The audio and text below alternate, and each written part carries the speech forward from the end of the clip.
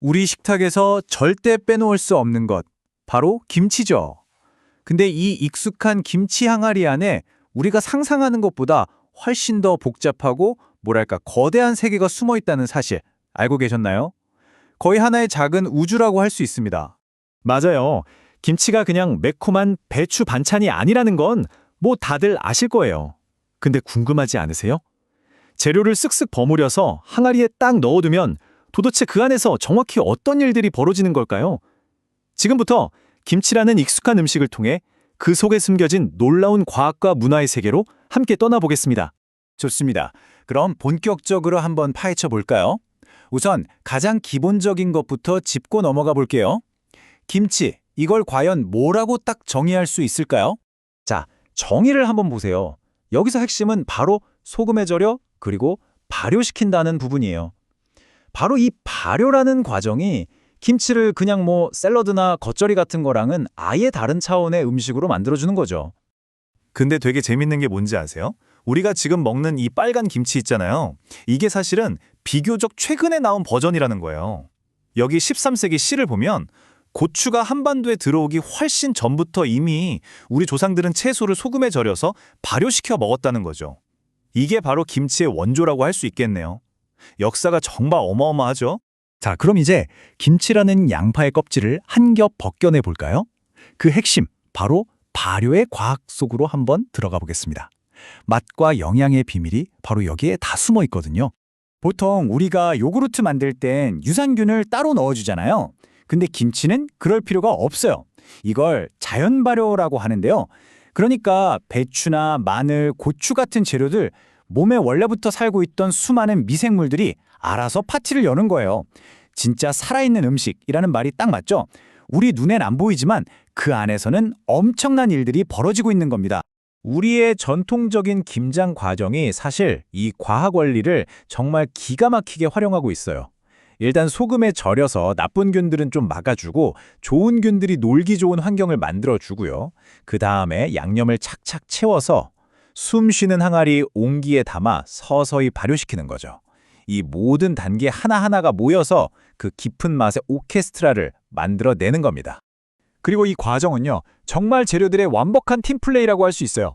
배추는 미생물들의 아늑한 집이 되어주고 고추랑 마늘은 그냥 맛만 내는 게 아니라 불청객 같은 유해균은 막아주면서 우리 편인 유익균한테는 여기가 너희 세상이야 하고 힘을 실어주는 거죠.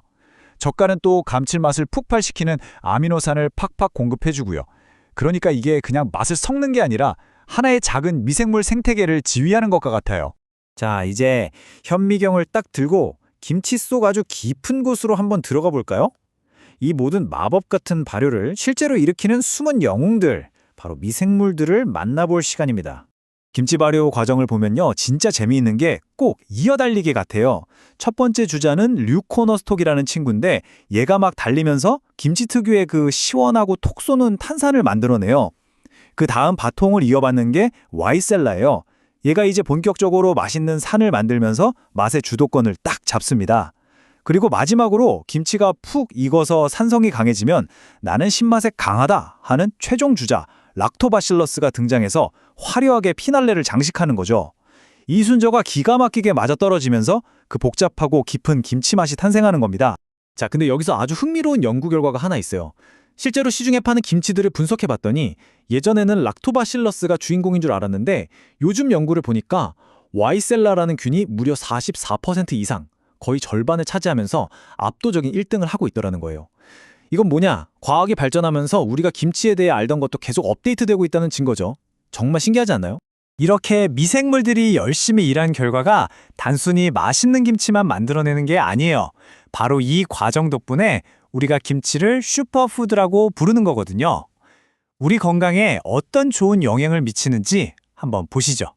김치는 말 그대로 살아있는 유산균, 그러니까 프로바이오틱스 덩어리예요.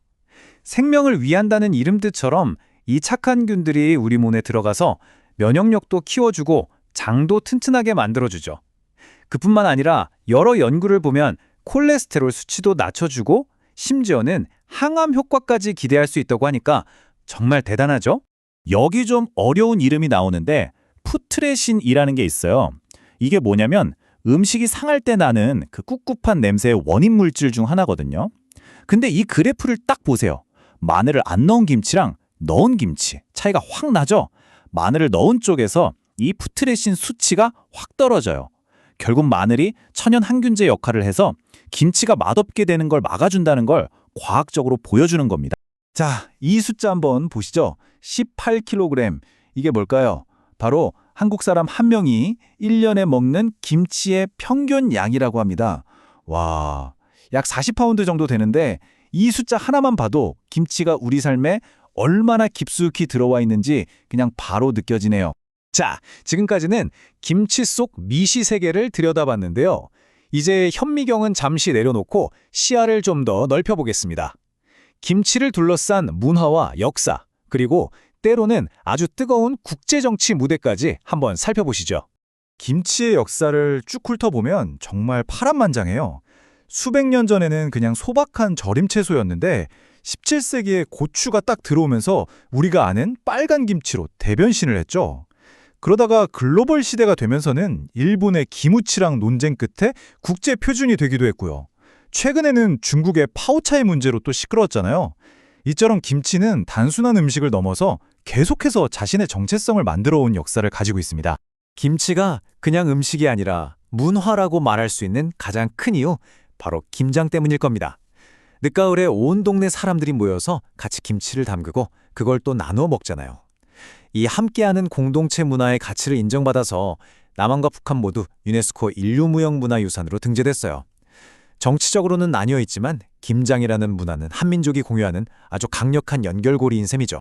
그래서 최근에 있었던 그 논쟁을 제대로 이해하려면 김치랑 파워 차이가 어떻게 다른지 정확히 알아야 해요. 자, 보시면 김치는 복잡한 양념소를 만들어서 배추 사이사이에 채워넣고 저온에서 유산균이 순서대로 활동하면서 발효되는 아주 복잡한 과정을 거치죠. 반면에 파워 차이는 보통 채소를 소금물에 푹 담가서 절이는 우리가 아는 피클에 더 가까운 방식이에요. 그러니까 만드는 방법부터 발효 원리까지 완전히 다른 음식이라는 겁니다. 네, 오늘 이렇게 김치 항아리 속에 담긴 작은 우주를 함께 여행해 봤습니다. 그 안에는 정말 복잡한 미생물들의 세계도 있었고 놀라운 과학과 깊은 역사 그리고 우리 민족의 정체성까지 담겨 있었죠. 이제 김치는 한국을 넘어서 전 세계인의 식탁에 오르고 있습니다. 그래서 마지막으로 이런 질문을 한번 던져보고 싶어요. 이렇게 김치가 세계로 뻗어나가는 지금 김치의 미래, 그 맛과 정체성은 과연 누가 그리고 어떻게 만들어가게 될까요? 한 번쯤 생각해 볼 만한 질문인 것 같습니다.